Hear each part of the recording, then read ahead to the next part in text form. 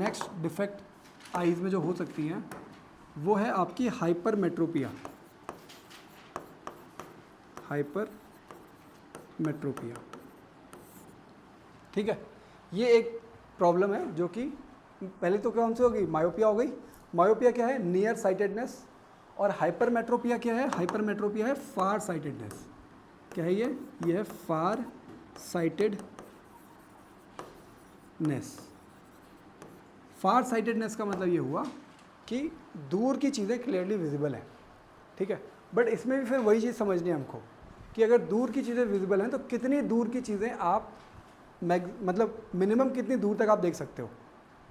अगर दूर की चीज़ें आपको विजिबल है, आप बोल रहे हो कि फार साइड मतलब इन्फिनिटी वाली चीज़ें आपको दिख रही हैं, चांद दिख रहा है, तारे दिख रहे हैं, ठीक है, तो मतलब इन्फिनिटी वाली चीज़ें दिख रही हैं, लेकिन कितनी दूर की चीज़ें आपको दिख रही हैं। मान लो कि जो ऑब्जेक्ट 20 मीटर पे रखा हुआ है वो आपको क्लियरली विजिबल है, समझ में आ रहा है अभी। तो इसका मतलब आपका जो फार पॉइंट हो गया वो तो इन्फिनिटी है, बट जो नियर पॉइंट है, नियर पॉइंट कहाँ पहुँच गया आपका, 10 मीटर पे पहुँच गया या फिर 20 मीटर पे पहुँच गया। एक नॉर्मल पर्सन का जो नियर पॉइंट है वो कितना है, 25 सेंटीमीटर है, ठीक है। और जिसको हाइपरमेट्रोपिया हो गया है उसका नियर पॉइंट अब कितना, 10 मीटर या फिर 20 मीटर पहुंच गया है, समझ में आ रहा है। मतलब उसके बीच की अगर कोई चीज़ होगी तो आपको नहीं दिख पाएगी, ठीक है। और जो इन्फिनिटी की चीज़ें होंगी, दूर की जो चीज़ें हैं वो आपको क्लियरली विजिबल हैं, समझ में आ रहा है अभी। जब हम इसको डायग्राम में समझेंगे तो और अच्छे से क्लियर होगा। अभी के लिए कुछ चीज़ें जो इसमें लिखनी है वो लिख दो। हाइपरमेट्रोपिया में क्या हो रहा है कि far objects are clearly visible,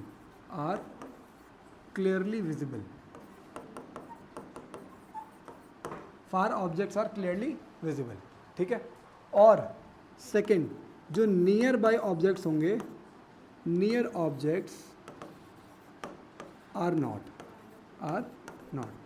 मतलब जो पास की चीज़ें होंगी ना वो आपको क्लियरली विजिबल नहीं होंगी। इसका मतलब कि जो फार पॉइंट है, तो इसका फार पॉइंट क्या हो जाएगा, फार पॉइंट तो इसका सही है कि भाई फार पॉइंट इसका इन्फिनिटी है,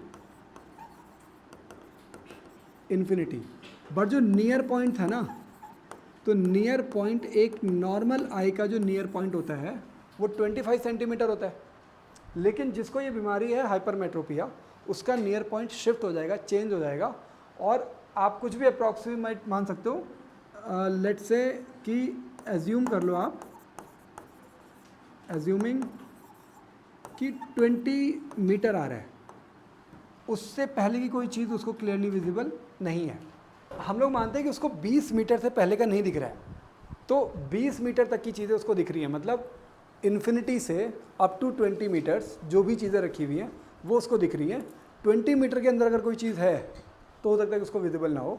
और ऐसा नहीं कि सिर्फ 20 मीटर हो सकता है, ये कभी कभी 1 मीटर पे भी आ जाता है कि लोगों को 1 मीटर पे रखी हुई चीज़ नहीं दिख रही है, ठीक है, उसके आगे की चीज़ें दिख रही हैं, ठीक है, या फिर 10 मीटर पे रखी हुई चीज़ नहीं दिख रही है, उसके बाद की सारी चीज़ें दिख रही हैं, ऐसा भी हो जाता है, ठीक है ना। तो आपको ये समझ में आ गया कि भाई साहब इसमें प्रॉब्लम क्या होगी। अब ज़रा इसके ये डायग्राम देख लो, डायग्राम देख करके फिर हम लोग देखेंगे कि इसका रीज़न क्या क्या हो सकता है, ठीक है। ये हाँ भाई, हाइपरमेट्रोपिया में हो क्या रहा है कि ये इसका नियर पॉइंट है। नियर पॉइंट ऑफ हाइपरमेट्रोपिक आई का मतलब ये हुआ कि सबसे मिनिमम डिस्टेंस तक ये इस पे देख सकता है। एक नॉर्मल इंसान कहाँ तक देख सकता था, 25 सेंटीमीटर तक देख सकता था, बट जिसको हाइपरमेट्रोपिया होता है वो उसके थोड़ा और आगे तक ही देख पाएगा, उससे अंदर नहीं देख पाएगा। तो इसका मतलब कि यहाँ तक ये क्लियरली इसको चीज़ें विजिबल हैं। अच्छा, बाई चांस अगर मानो कि अगर ये इन्फिनिटी पे देख रहा होता तब इसकी इमेज कहाँ बनती। अगर ये इंसान जिसको ये हाइपरमेट्रोपिया है, अगर ये किसी ऑब्जेक्ट जो ऑब्जेक्ट इन्फिनिटी पे रखा हुआ होता, अगर ये उसको देख रहा होता तो ये इसकी इमेज कहाँ बनेगी, रेटिना पे ही बनेगी, समझ में आ रहा है अभी।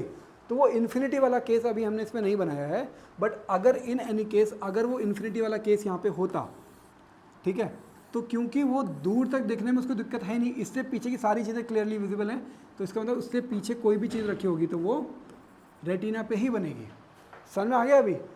तो अभी आप लोगों को ये समझ में आ गया होगा कि हाँ भाई ये पर्टिकुलरली किस टाइप की प्रॉब्लम है और ये इसका डायग्राम क्या है वो समझ में आ गया होगा अभी, ठीक है।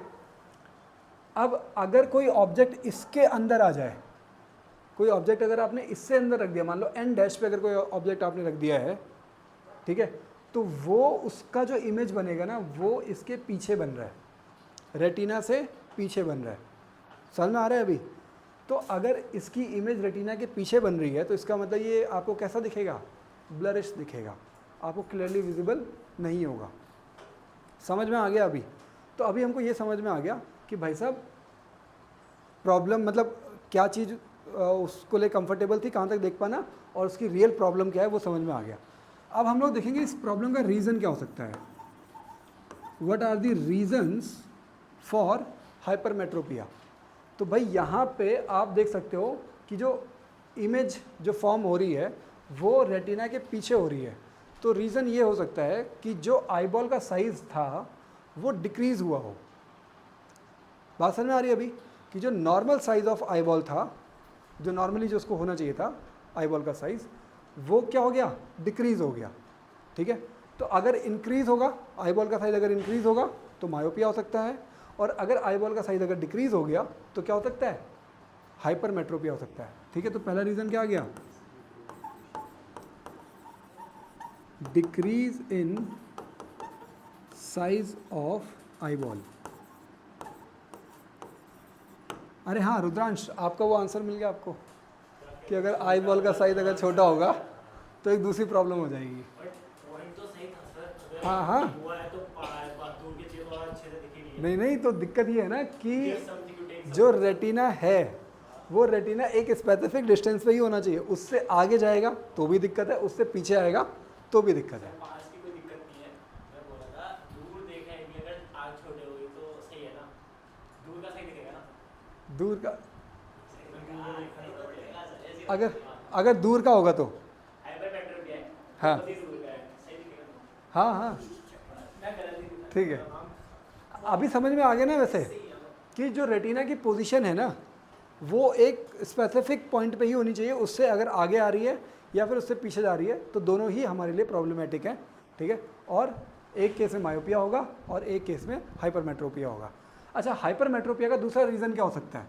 तो भाई अगर वहाँ पे अगर एक्सेसिव कर्वेचर था, एक्सेसिव कर्वेचर होने की वजह से क्या होता है? फोकल लेंथ डिक्रीज हो जाती है, ठीक है। अब यहाँ पे क्या होगा कि यहाँ पे क्योंकि देखो ये जो इसका फोकस है ये दूर है, तो इसका मतलब जो कर्वेचर है वो फ्लैटेंड हो गया होगा, मतलब थोड़ा कम कर्वेचर होगा, वेरी लेस कर्वेचर होगा उसमें, जब वो आई लेंस जो है वो थोड़ा फैल गया होगा। बात समझ में आ रही है? तो कर्वेचर कम हो गया, तो कर्वेचर कम हो गया इसका मतलब फोकल लेंथ क्या हो गया? इंक्रीज हो गया। तो डिक्रीज इन कर्वेचर बोल सकते हो आप, decrease in curvature of eye lens और increase in focal length, increase in focal length.